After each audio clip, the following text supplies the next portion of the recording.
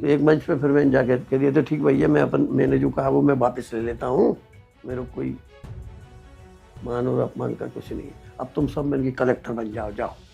देखो एक बात बताऊँ, इस मामले में आप कुछ मत नहीं कहेंगे हम, ये मामला इंदौर का है, वर्तमान परिस्थितियों का है, लेकिन मैं आपसे थोड़ी सी जानकारी बता दूं। वन विभाग का एक विभाग था सामाजिक वानिकी, उसका क्या काम था? तो आज के दिन सब बात पूछोगे कि मेरे से? नहीं, मैं जानना चाह रहा हूँ आपकी प्रोफाइल, क्योंकि आपके बयान चर्चा में रहे, इनके पीछे का मतलब क्या था, यानी आप क्या संदेश देना चाह रहे थे ताकि लोग समझ सकें? बॉयफ्रेंड की जो बात है अपने हिंदुस्तान में कभी नहीं रही। आज हम आपको एक ऐसे विधायक की कहानी बताने जा रहे हैं, एक ऐसे विधायक से मिलवाने जा रहे हैं जिनके बयान अक्सर विवादों में आ जाते हैं और वो खुद सुर्खियों में रहते हैं। बीते दिनों विधायक जी ने भरे मंच से कलेक्टर साहब को खरी खरी सुना दी। बात थी कि किसानों को जो खाद का वितरण है वो सही तरीके से नहीं हो पा रहा, और विधायक जी ने उसी मंच पर, जहां पर केंद्रीय मंत्री ज्योतिरादित्य सिंधिया मौजूद थे, वहीं पर कलेक्टर साहब को खरी खरी सुना दिया और सवाल पूछ लिया कि आखिर व्यवस्थाएं कब सुधरेंगी। साथ ही इस बात को लेकर भी शिकायत की कि कहीं खाद वितरण में अव्यवस्था, केंद्रीय मंत्री ज्योतिरादित्य सिंधिया को बदनाम करने की कोई साजिश तो नहीं है। सिर्फ इतना ही नहीं, बल्कि कई बार अपने बयानों के जरिए विधायक हो, कलेक्टर हो या फिर मंत्री हो, अपने बयानों के जरिए उनको घेरने का काम विधायक जी कर देते हैं। सिर्फ इतना ही नहीं, एक वीडियो सोशल मीडिया पर जमकर वायरल हो रहा है जिसमें खुद केंद्रीय मंत्री ज्योतिरादित्य सिंधिया इस बात का जिक्र कर रहे हैं कि विधायक जी अब किसका नंबर आएगा, मुझे छोड़ देना। तो ये वीडियो आप पहले सुनिए, फिर हम आपको बताएंगे कि आखिर कौन है बीजेपी विधायक पन्ना लाल शाह के जिनके बयान सुर्खियों में रहते हैं। किसकी बारी है?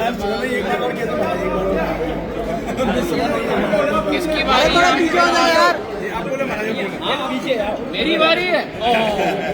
अच्छा, मेरा ख्याल रखना पन्ना लाल। तो खुद हमारे साथ बीजेपी विधायक पन्ना लाल शाक्य जी जुड़े हुए हैं। हम उनसे जानने की कोशिश करेंगे कि आखिर वो उनको ऐतराज किस बात को लेकर होता है कि वो विधायक हो या कलेक्टर हो, उनको खरी खरी सुना देते हैं। विधायक जी, आपका लोकमत में स्वागत है। मैं आपसे सिर्फ इतना जानना चाहूँगा कि बीते दिनों कुछ वीडियो आपके वायरल हुए, केंद्रीय मंत्री ज्योतिरादित्य सिंधिया के साथ आप बैठे हुए नजर आए और सिंधिया जी ने आप ही से बोला कि अब किसकी बारी है, मुझे छोड़ दीजिएगा, और आपने तो कलेक्टर साहब को भरे मन से सुना दिया कि खाद की जो अव्यवस्था है उसके लिए कलेक्टर साहब जिम्मेदार हैं। आप क्या समझते हो इसको? हम तो ये समझते हैं गुना में जो खाद वितरण को लेकर भूरी बाई की मौत हुई, उसको लेकर सवाल उठाया था आपने। वह ठीक है, क्यों नहीं उठाएंगे? तो आपको जी आपकी शादी हो गई? जी। बच्चे हैं जी। और वो स्कूल नहीं जाए तो क्या करोगे आप? उसका जवाबदार कौन है? अभिभावक। अभिभावक। कलेक्टर हमारे ज़िले के अभिभावक हैं, उनको ये सारी व्यवस्था व्यवस्थित करना चाहिए। बस अब इसके आगे हम कुछ नहीं कहेंगे। तो सर, आपको क्या लगता है कि गुना में जो खाद वितरण को लेकर व्यवस्थाएं बनी हुई और जिस तरीके से कतारें लगी हुई नज़र आई, सरकार तो दावा कर रही है कि खाद की उपलब्धता है। अब जो बात के प्रश्न है, अब ये कलेक्टर ही जवाब दे पाएगा, तो मेरे को मत उलझाओ। सर, सिंधिया जी ने आपसे तो मजाक में ही कहा, हालांकि सिंधिया जी के साथ आप खुद बैठे हुए थे और वो फ़ोन पे बात कर रहे थे, वो वीडियो सोशल मीडिया पर जमकर वायरल हुआ। देखो, सिंधिया जी के विषय में हमें कुछ नहीं कहेंगे। क्यों नहीं कहेंगे कि मेरे और मेरी 5वीं पीढ़ी के उनसे हमारे वैसे संबंध हैं जैसे राजा और प्रजा। महाराजा हैं, हम उनकी प्रजा हैं। मेरे आजे को उनके पूर्वजों ने कभी 16-17 गांव की जागीर दी थी मुरैना जोरबागछिनी में। अब काल परिस्थिति ऐसी हो गई कि जैसे अभी पानी की बरसात बहुत हुई थी ना, भयंकर, तो उसमें वो जागीर हमारी और हमारे पूर्वज सब उसमें बाढ़ में बह गए। तो मेरे आजे बचे थे तो वो इधर आ गए, तो हिंटू माँ उठाए, तो बस जब से यहीं है और मजदूरी करके जैसे तैसे उन्होंने वो परिवार उनका पालन पोषण किया। और हमारा भी जन्म उनके ही समय पे हो गया था शायद, मतलब वो जीवित थे जब। अब भगवान की कृपा हो गई साहब, पढ़ लिया लिख लिया, पढ़ लिख के तैयार हो गए। तीन विषय में एमए कर लिया, एलएलबी भी कर लिया, आयुर्वेद रत्न की भी पढ़ाई कर ली। पढ़ लिख के हम चाहते तो कुछ और करना चाह रहे थे, नहीं हो पाया वो, हमारी हालत खराब थी घर की। इच्छा तो थी कि आईएएस करेंगे, लेकिन नहीं, वो उतनी तैयारी नहीं कर पाया घर में। टीचर बन गए थे हम, शिक्षक। तो एक लंबे समय तक शैक्षणिक कार्य किया, परिवार भी चलाया। तो उसके बाद फिर मन में पहले ही दौर में हमारे जा गई थी कि यार अपन राजनीतिक क्षेत्र में जाएंगे। 77 में ऐसा योग बन भी गया राजनीतिक क्षेत्र में जाने का, और टेक्निकल मिस्टेक हो जाती है तो उसके कारण फिर मौका नहीं मिला इस क्षेत्र में। तो फिर एक से एक उस्ताद होते हैं ना, तो वो एक से एक उस्ताद जो थे उन्होंने अपने को मौका लगने ही नहीं दिया। फिर 77 के बाद फिर हमने बीआरएस ले लिया, शैक्षणिक विलास। बीआरएस लेके हमने कोशिश की, तो हमें मौका मिल गया 2008 में गुना विधानसभा से ही। 8-10 दिन प्रचार किया, जो अपने पास उस समय फंड था वो खत्म हो गया। फिर वही राजनीतिक षड्यंत्र, हमारा टिकट कैंसिल हो गया 10 दिन आखिरी दिन में। तो पैसा भी गया, टिकट भी गई और नौकरी भी गई। तो बैठ गए भगवान के भरोसे। हमने कहा तू ही लगा, हमारी पार जो कुछ है। 13 में फिर हमें मौका मिला, हम जीत गए वहाँ से। उस समय हमको लगभग 81,444 वोट मिले थे। वो जीत दर्ज हुई थी 45,111 से। दूसरे टर्म में 18 और 23 के बीच में फिर षड्यंत्र हुए, जो भी हुए, फिर नहीं मिला मौका। और मैंने 23 में कोशिश करी, तो मैंने कहा देखो यार अपन जीते हुए तो हैं, हारे तो है ही नहीं ना। पार्टी ने फिर विचार कर लिया और अपने को मौका दे दिया। फिर इस बार जनमत की इच्छा से कुछ परमात्मा की कृपा हुई, हमको 1.25 लाख वोट मिले। 66,000 से जीते, 66-67 से जीते हम। अब सदन में आ रहे हैं, अपनी बातचीत कर रहे हैं। कभी कभी जनहित की बात नहीं हो पाती तो मन दुखी होता है। और हमारी जो पृष्ठभूमि शैक्षणिक विधा से संबंधित थी, तो हम कोई गलत काम कर नहीं पा रहे हैं। आपने एमए किया, एलएलबी किया, शिक्षक की नौकरी भी की, आरएसएस की पृष्ठभूमि से आप जुड़े हुए हैं, आईएएस आप बनना चाहते थे और उसके बाद विधायक बन गए। लेकिन एक बयान और आपका सुर्खियों में रहा था जिसमें आपने लोगों को सलाह दी थी कि डिग्री लेने से कुछ नहीं होता, पंचर की दुकान खोल लेना चाहिए। टेक्निकल मामला है ये। आदमी केवल कागजी डिग्री ले ले और उसको कुछ आता कुछ भी नहीं हो तो उसके पेट भी नहीं भर पाएगा ना। तो उसकी भी मेरे को काफ़ी लोगों ने बहुत आलोचना की थी पढ़े लिखे। तो एक मंच पे फिर मैंने जाके कह दिया, तो ठीक भैया, मैंने जो कहा वो मैं वापस ले लेता हूँ, मेरे को कोई मान और अपमान का कुछ नहीं है। अब तुम सब मिलकर कलेक्टर बन जाओ। ठीक है, और क्या।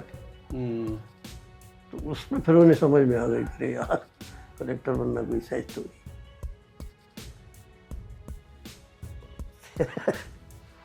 लेकिन आपका एक और बयान चर्चा में आया था जिसमें आपने इंदौर में पौधे, जो रिकॉर्ड पौधे लगाए जाने थे 11 लाख, आपने बोला कि पौधे लगाने से कुछ नहीं होगा, पानी देने में दिलचस्पी दिखाना चाहिए। तो आपको लगता है कि जो प्लांटेशन को लेकर जो बातें या दावे किए जाते हैं वो सिर्फ पौधे लगाने तक ही सीमित होते हैं? देखो एक बात बताऊँ, इस मामले में आप कुछ मत नहीं कहेंगे हम।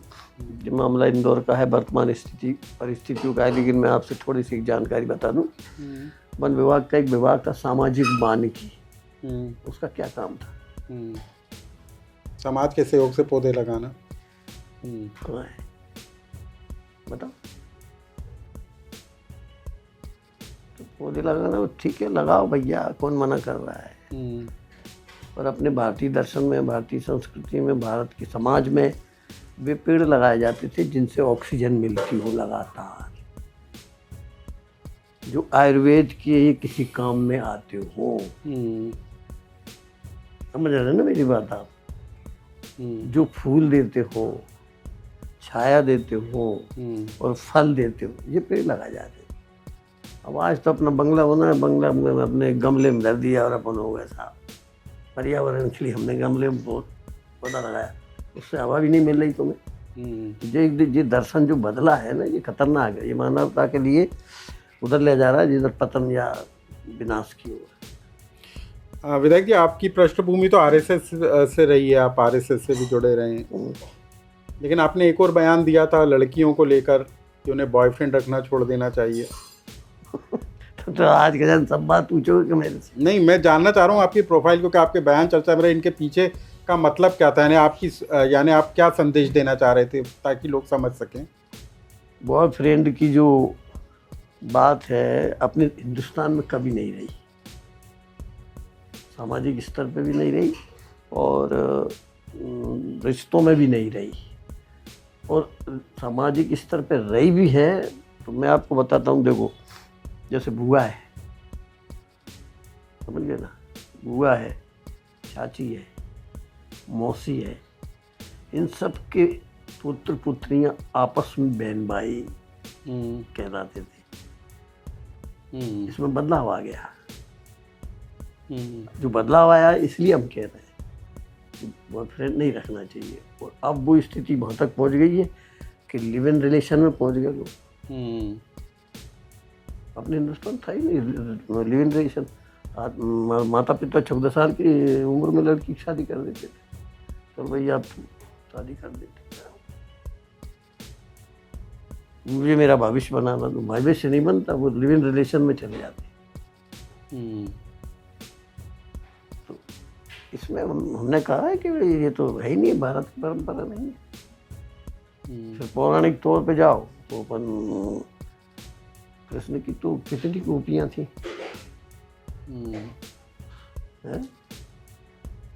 पांचाली भी उनकी सखा और सखी के नाम से जाने संबोधन होता था उनका।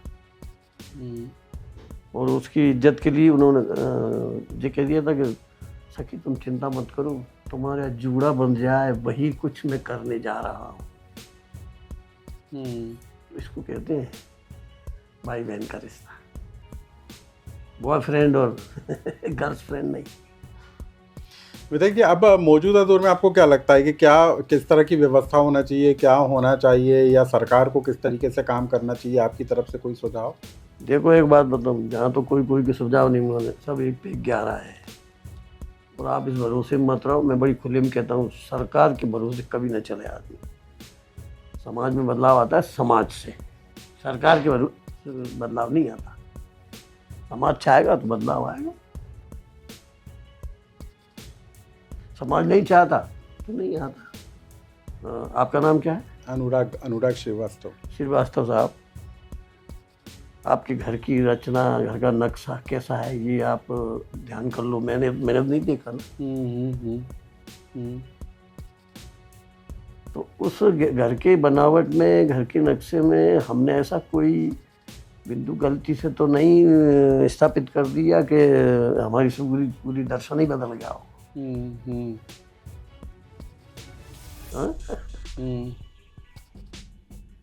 बड़ी बारीक बात है। पहले लोग सामाजिक स्तर पे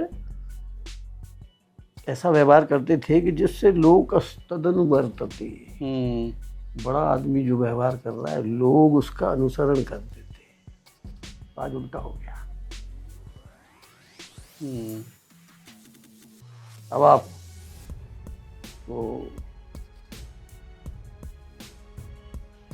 आप कहीं भी मतलब बस्ती में गए, अब तो खैर शहरों में तो कोई है ही नहीं, उस तो बस्ती में गए और कोई निचले तबके की।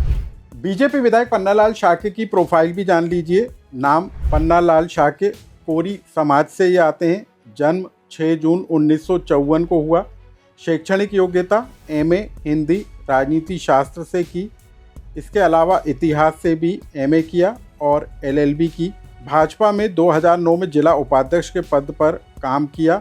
2013 में बीजेपी के टिकट पर विधायक बने और 2023 में दोबारा चुनाव जीतकर विधानसभा पहुंचे।